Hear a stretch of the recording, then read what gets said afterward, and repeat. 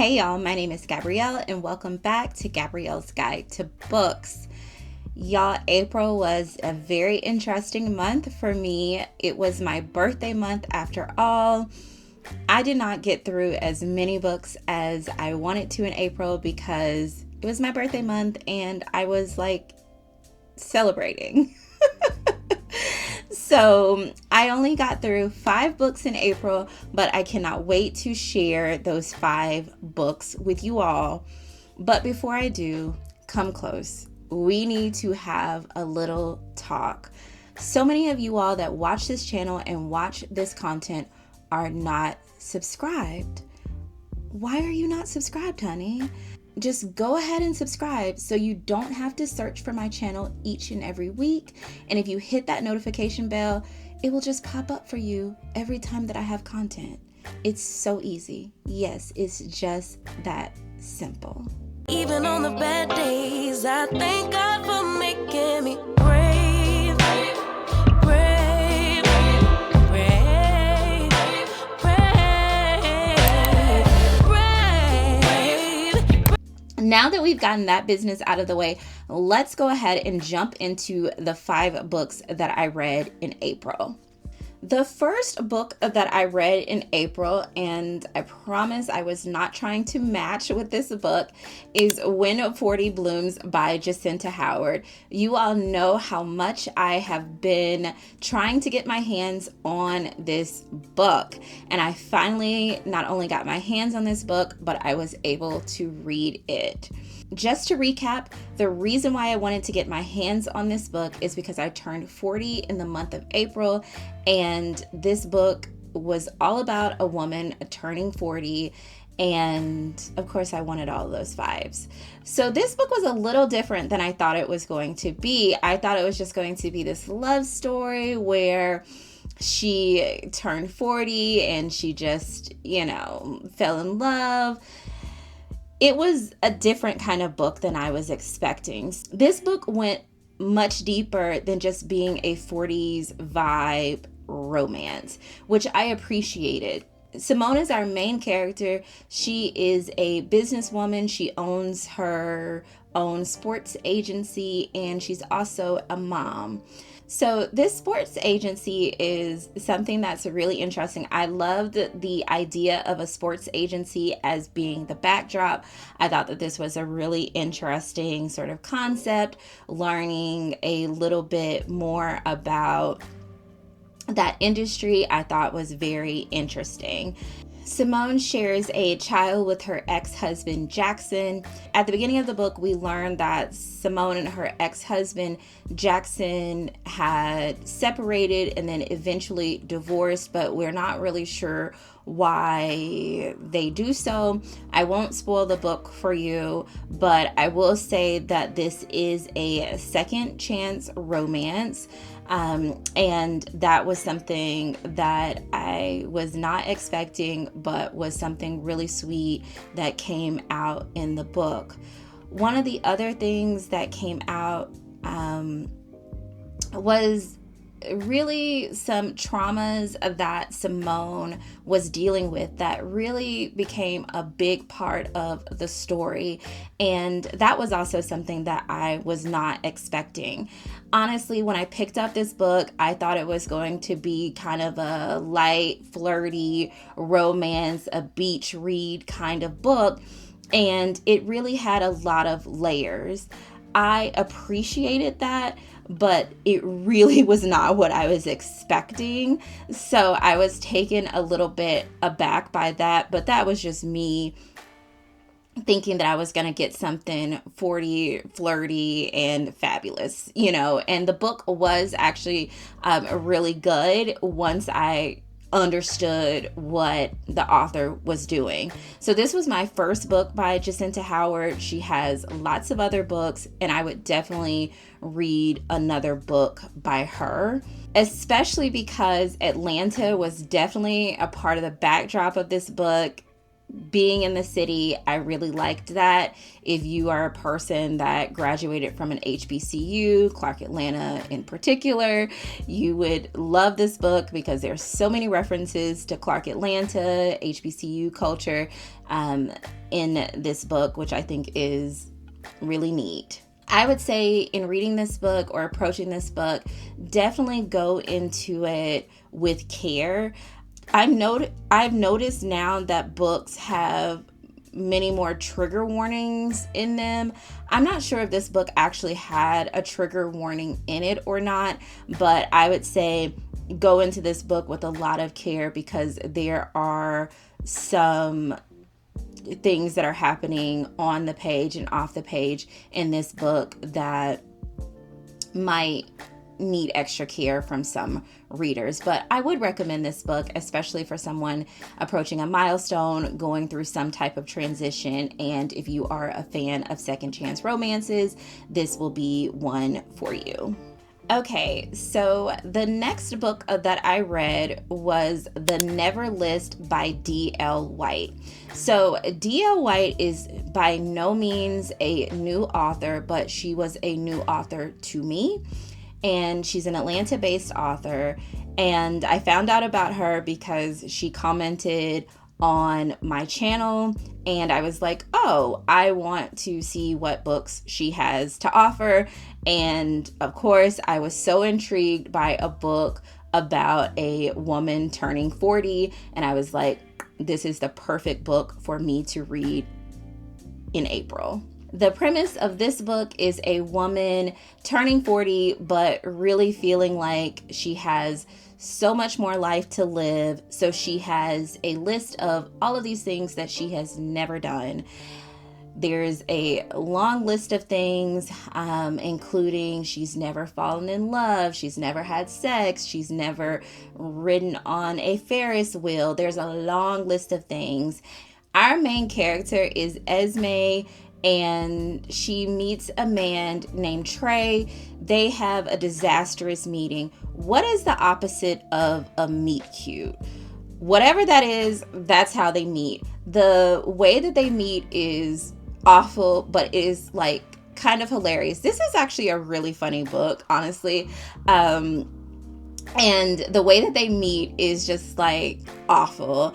And he like really rubs her the wrong way, but of course they end up doing this never list together, and we just see this budding romance that develops. So I guess I should spoil it and say I really enjoyed this book. I thought that it was like the perfect 40th birthday read. One of the things that surprised me is that this is a romance that is kind of quick. It happens really over about a month's time, and I don't really even notice that it's a quick romance. It's only, I think, when I get towards the end of the book that I'm like, oh, this happens over a month. And that is because I think the way that this romance develops between the two characters is so genuine. They, I feel, get to know one another. I think that they get to spend a lot of time together. And I think where oftentimes the books will have the characters have like this sexual relationship really quickly and those type of things, and it just feels kind of icky to me, and I'm just like, I don't know if I buy like this romance between the two characters. And this book, I don't know how she did it, but this book really convinced me that sometimes these like love within 1 month is actually possible. I really, really love this book. So I remember on my 29th birthday, I made a 30 for 30 list, and it was like all of these things that I wanted to do by the time I turned 30 years old. And I contemplated doing something like that for 40, but I was like, no, I don't think I'm going to do that. But this book convinced me that like throughout my 40th year, I should like do another never list and like play this out. I really, really enjoyed this book. This one was a read that was a quick read for me, but one that I wanted to keep going. I wanted to savor this read. I really, really enjoyed this book, and I can't wait to read something else from D.L. White. And y'all, her catalog is long, so I would highly recommend this book. And based off of this one, I would highly recommend probably anything else from her catalog. So I just can't wait to get my hands on another one of her books.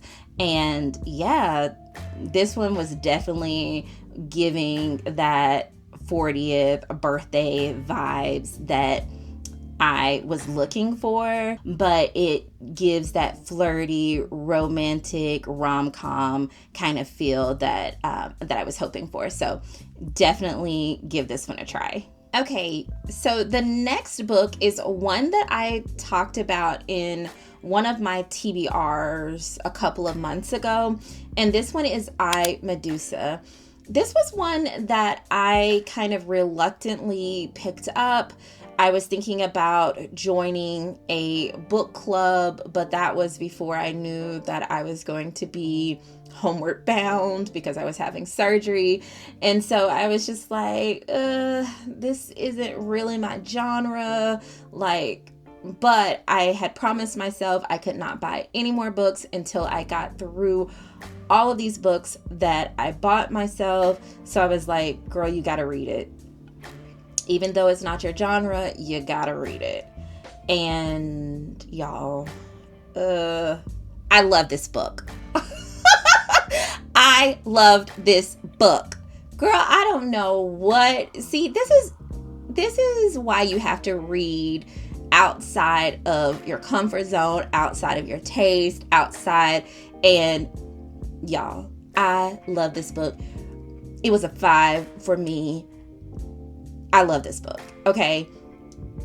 Ayana Gray, girl, love this. Okay. And I thought like, oh, I love girlhood stories, Black girlhood stories. I'll kind of like this one maybe. But then I was like, mythology, I don't know. Girl, I love this story. So let me back up a little bit. So this is basically a Black retelling of Medusa's origin story. And so this focuses on a Black girl named Medi. This focuses on how Medi became the Greek mythical character that we now know as Medusa. The thing that I really loved about this is that it focuses on her upbringing and her family.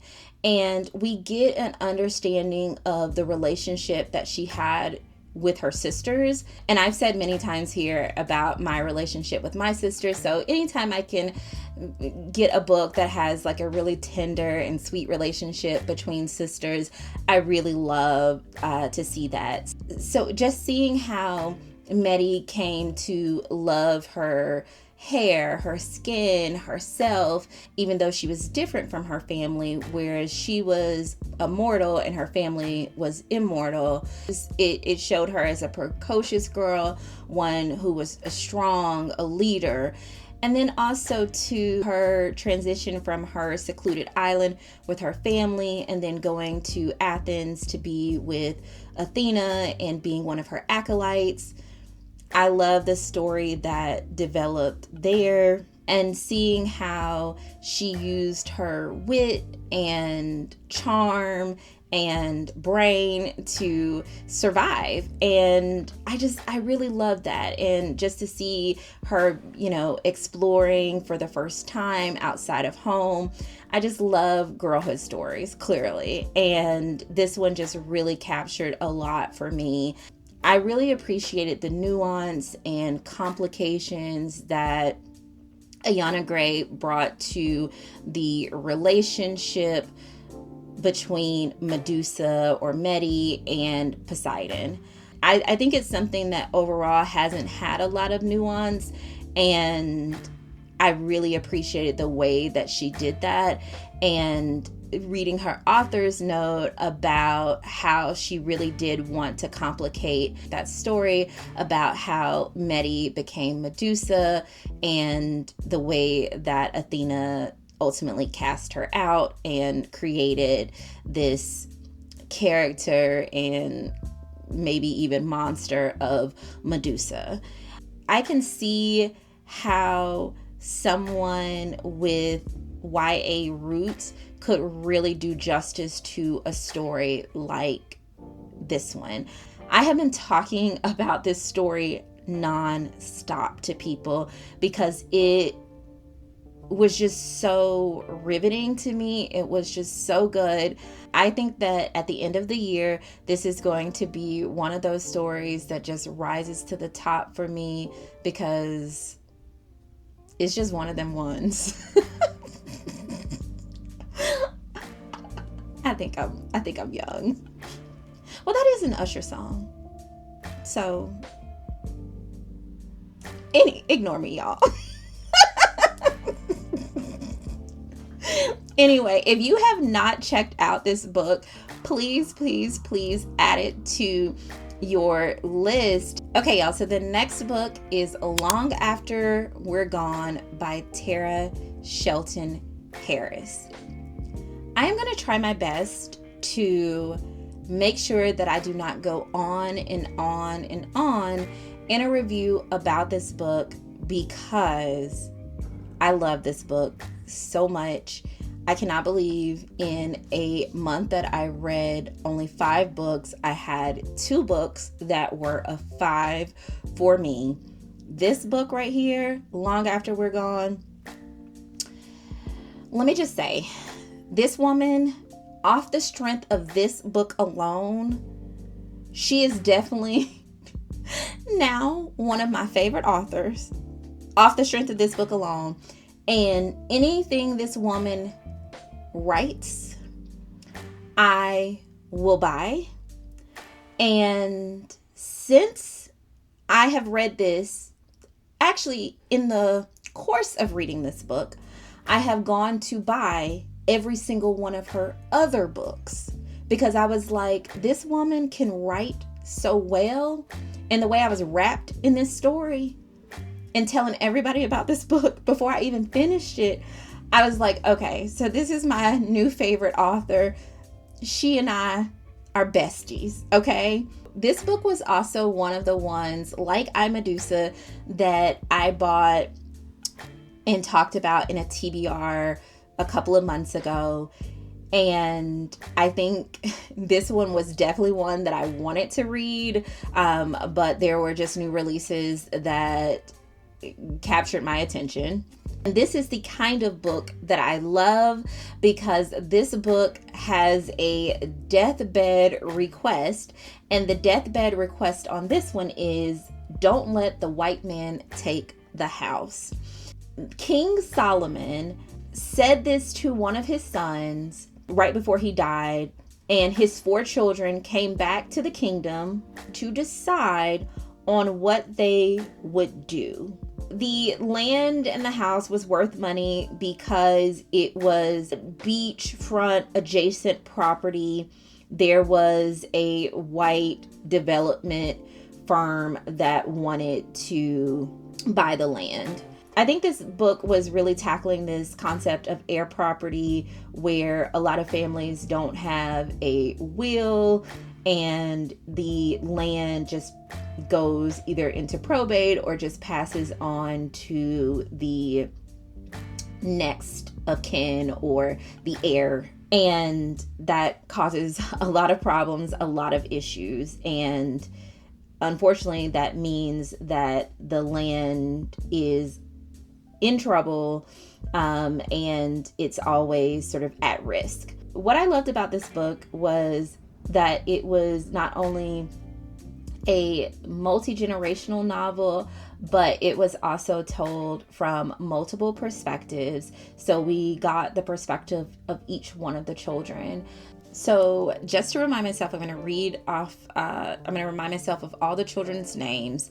The first one was Junior, who is the oldest son, and he's married to his wife. He has a wife and 2 daughters, and he also has a lover who is a man. And so he's deciding on what does his life and future look like. especially being the oldest son. The second son is Mance. Mance has a lot of issues with anger, but Mance is the son that is most like his father in that his father was a carpenter. Mance is a carpenter. He worked most alongside his father, but Mance has done some stints in and out of jail, but he has a woman who is the mother of his child, and he's trying to decide on how he wants to live his life now that he is a father. Cece is the oldest daughter. She is a lawyer in New York. She wanted to get out of town, the first thing smoking, because she didn't want to live in this small town. She wanted to live her life a different way, but she is also embezzling thousands of dollars from her law firm. And as she returns to town, that's what she has on her mind. And the last child, the baby girl, Tuki, she just kind of feels like she's the one that's like left out. She doesn't really feel like she fits in to the family. And then she's also battling an eating disorder. And so they are all living their own lives, but needing to come together to figure out how they're not going to let the white man take the house. Or are they? I think this story feels so familiar because I think this story is so Black. This story is so Southern. And I think this story is just so normal. I think there are things that happen in this family that happen in most families. There are things that most families don't talk about, that they want to keep under wraps. There's a lot of love in this family. There are a lot of secrets. There are a lot of ways in which they're trying to protect one another. There are ways in which that they're trying to not hurt people, so they go off on their own and do things, or there's ways that they show up one way and they're another way in private. The way that she writes this book is just masterful. I have not been this excited about a book in so long, and I haven't been so excited about a new author to me in so long. Like, when I tell you I was devouring these pages, so good. It's like where I've heard people say a book that you wish that you could read again for the first time. This is a book that I really wish that I could read again for the first time. When I think about this book, I get excited all over again. I get the feels all over again. I don't think I have felt this way about a book since I have read Morrison or Walker. Please get this one if you haven't read it, which you may have read it because this book, I'm late on this book. This book I think came out in, let's see, 2024. So I am late on this book. I might be the person that y'all are looking at sideways like, girl, you haven't read this book. But yes, this book is amazing. If you are like me and you're very late on this book, just go ahead and pick it up. All right, you all, for my final book for the month of April is The Closeup by none other than Kennedy Ryan. So this book was recommended to me by my sister, and I read it because I like Kennedy Ryan, but I also read it because my sister said that I never take her book recommendations, and that is just not true, y'all. It is not true. My sister likes to read horror. She likes to read like Stephen King and stuff, and so in that regard, she's right. But she finally recommended a book that I could read. So I did read The Closeup. So I was really happy to read this book. It is a novella, and it pulls from a character from her Hollywood Renaissance series and also her Hoops series. I think it's a good book in between Real and Score, which comes out in late May, and I'm very excited about. So it was a really good book to read in between. I like this book. I don't know. Can you classify this as a second chance romance? I don't know. Let me tell you all about it. So this book follows Takira, who is a hairstylist, and she was actually the hairstylist and best friend of Neva from Real. So when she was about 18, high school age, she had a hot and heavy encounter with her brother's teammate turned arch nemesis, Naz, and then they kind of never talked again until like 15 or so years later when they run into one another. And he's still her brother's arch nemesis, but they find themselves like on a yacht for 2 weeks, and it's an opportunity to get hot and heavy again. And when I say hot and heavy, this book is hot and heavy, okay? Hot and heavy. Now, my sister did warn me. She was like, this book is a little out there, but she didn't go into a lot of detail. Honey, when I tell you, when I was reading this book, I was clutching my pearls, okay? I was like, ooh, this is a lot. I was like, Kenny Ryan, she kind of has some scenes. I think she was saving her best work or all of her scenes for this book, because I was just like, okay, it's scene after scene after scene after scene. It's a cute story, and again, it's kind of a, if you want to call it a second chance romance, they're kind of, talking out some things, but it's scene after scene after scene after scene.